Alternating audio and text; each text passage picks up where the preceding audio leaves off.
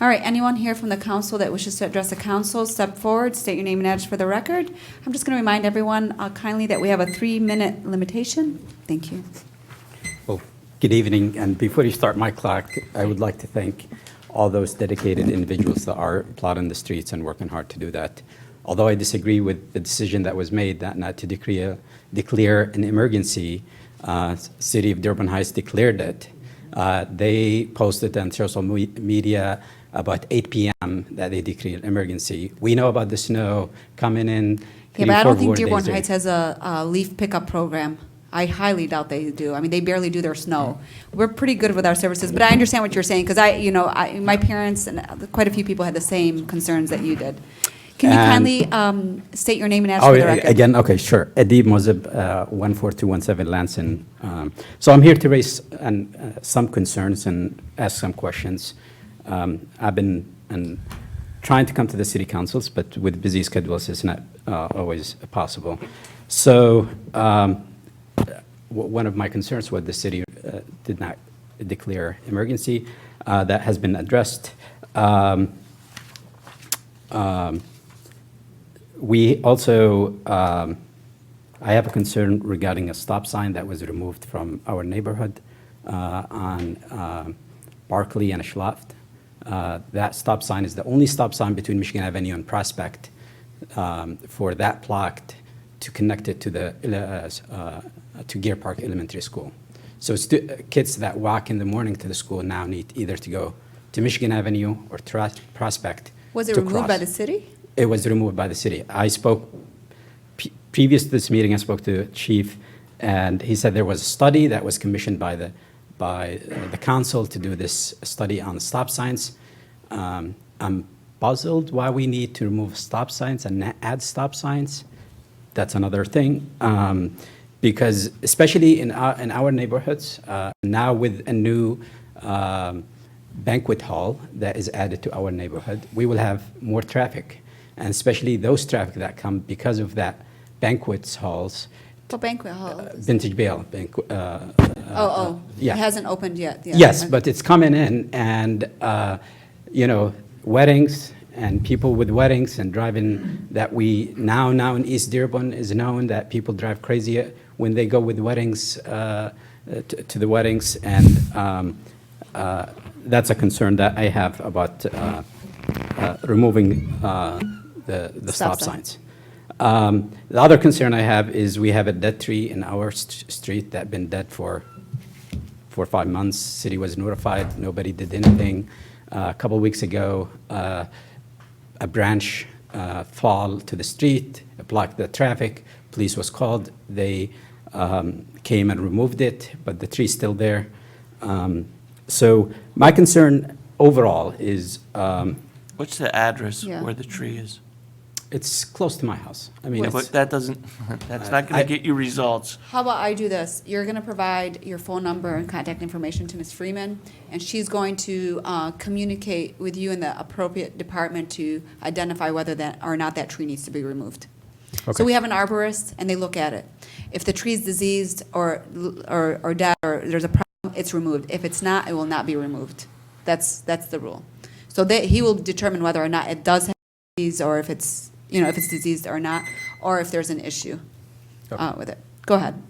The last thing is I want to address the council and the city leadership regarding the equity issue that we have in terms of access to city facilities in the city. So many of the facilities of the city are built by taxpayers and people from income low and high and medium paid for these facilities, but only few of these facilities the facilities are only enjoyed by few who are able to pay the extra fee to get them. So I'm asking the city and the council to consider programs to allow low-income families to have access to city facilities for programmings. And prime example is the Civic Center. It was paid by the city. It was, if you need to take your kid there, you have a membership, $40 plus, or $10 a day, which is a barrier to a lot of low-income families to have access to city facilities. Swimming pools in the summer, same thing. So I'm asking if there's any programs to allow low-income families with no charge, special days, things like that, so they can enjoy the city facilities.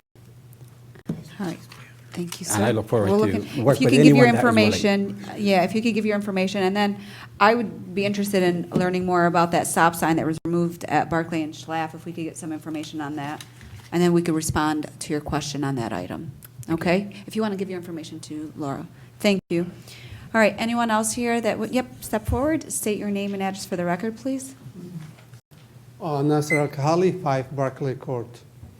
A couple of months ago, the city came and fixed Seymour Street, which is, I don't know, probably a quarter of a mile, and left Barclay Court, which is about 100 yards. And Barclay Court is 100 times worse than Seymour. Seymour was nothing compared to my street. And in my street, there's only 10 houses, and I think they didn't care because it's a dead end. So the street is horrible. My friends, a lot of my friends, I swear, they don't want to come to my house because of the streets. And some of them sit in here. And I tried to call the city. I called the city 20 times, and I'm sorry. I tried to reach to Mr. Yunus Batal. I left him so many voicemail. I had my wife calling him every day. We never heard back from the city of Dearborn for the past couple months. And I don't understand if they came and fixed the whole Seymour, and they just left small area. So, And they said this is for the next round. I mean, as an accountant, it's a cost efficient. It will be easier for them just to fix that area. Why are they going to come back again and fix it? So the way, and I guess Mr. Patel can also respond if he wishes to with regards to any time frame for Barclay Court. But I will say this as he comes on up, Mr. Patel, if you'd like to come on up.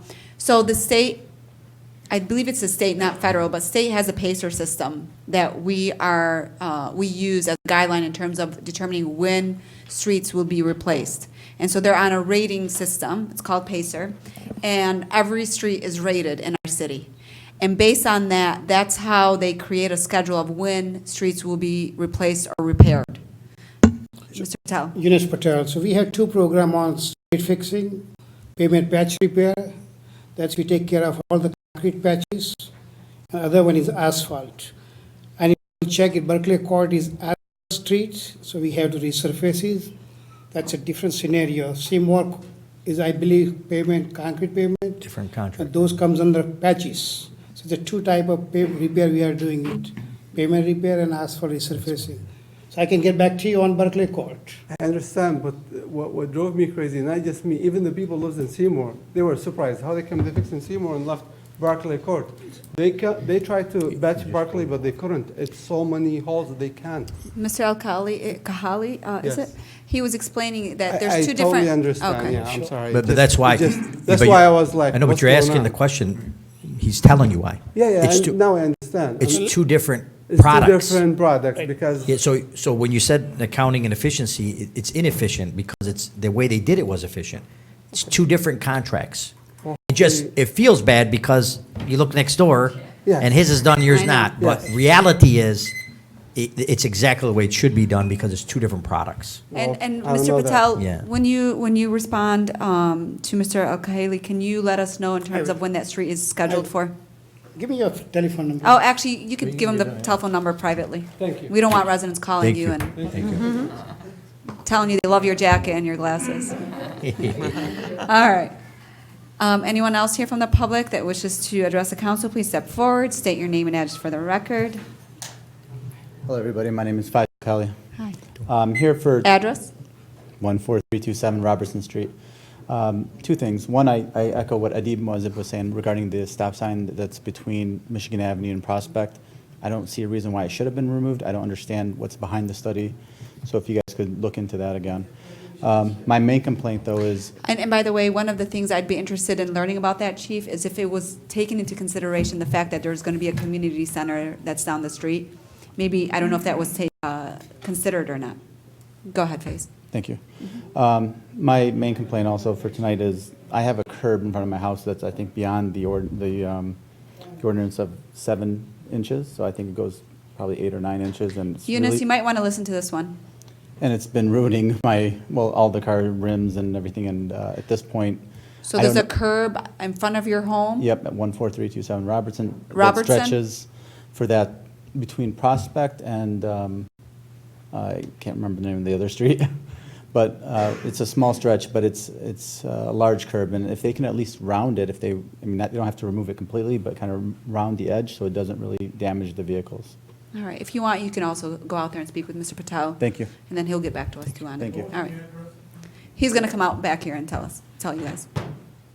All right, anyone else here from the public that wishes to address the council, please step forward, state name and address for the record.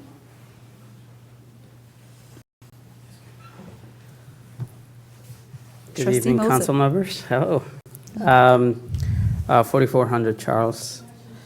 I'd like to also, And just for the I- record, it's our board trustee, Adele Moses. because oh, you didn't say thank your you name. so much. Mhm, you're I'm welcome. here obviously in my capacity as a resident, not as a Mm-hmm. board trustee for the Board of Education. I'd like to also thank the city for carrying the elections on behalf of the board. So, but I'm here talking to you today about also that stop sign. It concerns me that we did a study and we did not even involve any of the residents in that area. Now we have like a small print that says oncoming traffic doesn't stop. Actually, the first time when I stopped at the stop sign and I was thinking the other person is going to stop, I started turning and the other person is beeping because they don't have the stop sign anymore. As Eddie mentioned, we actually need more stop signs, not getting rid of them.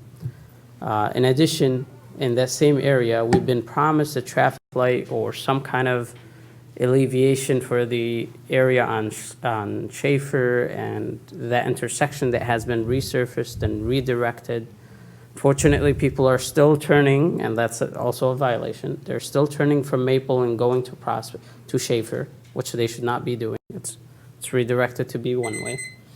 And the other problem is that still a huge problem during the Friday congregation. People are passing through, you have residents coming left and right. It's very unmanageable situation during that rush hour. And I'm afraid an adult or a senior citizen or even a child might be hurt because of the incoming traffic, especially at that time. And there was like a small sign that has the yellow lines that is always knocked off by other incoming traffic. So I hope that You're city talking council about, will- just so we're all clear, because I know not everybody knows the neighborhood like you do. You're talking about Schaefer, where Prospect and Maple. and everything all you have converges. them, yeah, Okay. going into the same route. Just so And I it's guess clear the- for people listening Sure, in. yeah. So I think council needs to really revisit, and I mean, it was a great help that we did some redirection, but it's still not good. I think it needs to be a 9-way stop there. It's, Well, I was I just- think there should be a traffic Yeah. light there. I think that will alleviate a lot of, especially when people are trying to cross the street on Schaefer. yeah, and I was just there a few days ago, and, yeah, that stops, they have a stop sign now when you're on, is it on, Schlaff, looking at it? Or Right. on Maple. On Maple. And then, yeah, on Maple, I'm sorry, and then another stop sign near the BP. On On Prospect. Prospect. Yeah, that is a little confusing. Ultimately, there was a reason why a traffic, Chief, you want to come on up? There was a reason why a traffic signal was not put up there, and Chief, do you have any light to shed on this? Ronald Haddad, Chief of Police. If I could just answer a couple of the questions raised. Number one, the TIA did in fact do that first sector of the city that included Barclay.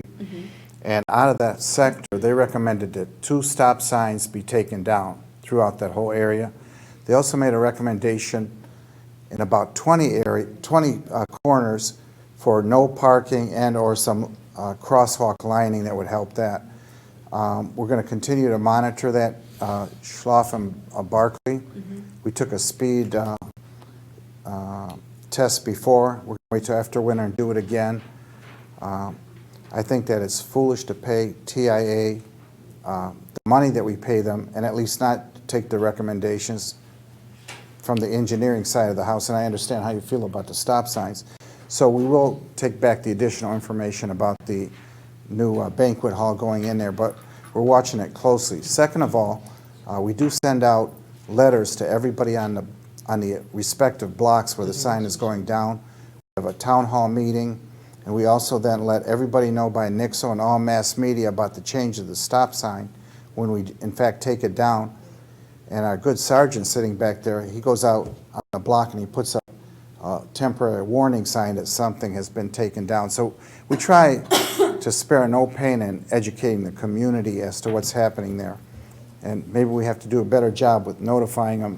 But if you weren't in the immediate area, you did not get a letter. So that's why that happened. I mean, I believe my brother is right across the street. So Okay, I can only I'm tell you that we sent letters to everyone. 3 blocks away. Okay, So- well, 3 blocks, maybe not, but everybody on the entire block, which is the best practice, that's how we do it. So with the traffic signal at Schaefer and Prospect and Maple, I can tell you we're looking for funding for that to try to get some kind of electronic traffic control device in that area. I know it's always a challenge coming up. I think there's the railroad track underpass, which limits visibility for the northbound traffic. I mean, Yeah, we deal with it- that at Miller in Michigan. Right. Yeah. Very limited visibility, terrible intersection. And I know part of the solution is controlling the traffic with an electronic lighting system, but it's also visibility Right. and making people aware that that's a low visibility area as well. And we got the time at Miller and Michigan changed to almost 4 seconds. It was 2.7, Yeah, and that it took an helps. act of God for me to convince them that. If I can just share one more In thing before 20 my 3 years. minutes are up. That's a huge difference, yep. With the, at the mayor's direction, we've got tablets now. We're going to incorporate audits of all the signs in our city. So on a day like this, if a sign is run over, we're not sure where it was at and so on. We're coordinating with DPW. These things are pretty handy. They have the whole city layout in them. There's 3 of them. They're about $500 a piece, and we're coordinating between us and DPW. So future councils and future chiefs will not have to endure what we have had to endure with all this debate about where the signs have been and so on. So we're going to audit all 25,000 signs in our city, and I suspect by July of 2020, I'll be able to stand up here and tell you that all the signs are entered in. All right, thank you very much, Chief. One last thing, Council President and council members. In February 2017, you approved to AK Steel a 50% reduction of their water bill. Was that done only for 1 year, or was that moving forward? Because I read the resolution twice and I can't tell. Mr. Walling, do you remember that? That was done going forward. So they're getting a There was a 50%. reduction in their James Murray with Public Works. It wasn't a reduction in their water bill. It was a reduction in the sewer because the water was Yeah. being used and consumed in their Yeah. process and not being returned to the sewer for being sent to GLWA for treatment. So it wasn't a reduction in the water bill, it was a reduction in what the sewer, amount of water that goes into the sewer. Because they found a way to recycle and Right. reuse, yeah. And I Well, it was think burned off. Or they were just dumping it to the river? No, they weren't. No. Because that's what they're. Well, it can be treated, and it can be discharged to surface waters if it meets all the requirements for treatment and for water quality. So it wasn't going into our sewers, and that was their petition to in fact, they asked that 3/4 of the water going into it, and they come up with an agreement that 50% of what was going to the sewers was not actually reaching the sewers to go to treatment. Councilman Abraham? Are they metering Yes, sewage? yes. Yeah, that's what I remember. So they have data to Right. support. So if they're So not hang on, bringing back. just yeah, go ahead. hang on.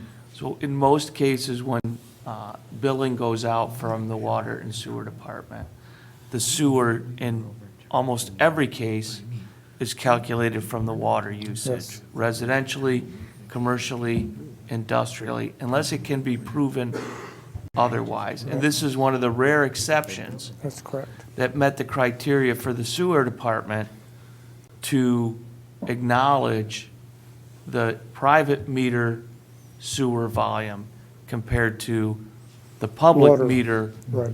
water volume being Correct. used as sewer discharge. So like on our meters, whatever water you consume, however many cubic feet, Gallons that you, gallons or cubic feet of water that are metered, that is the same calculation that used for rating your sewage.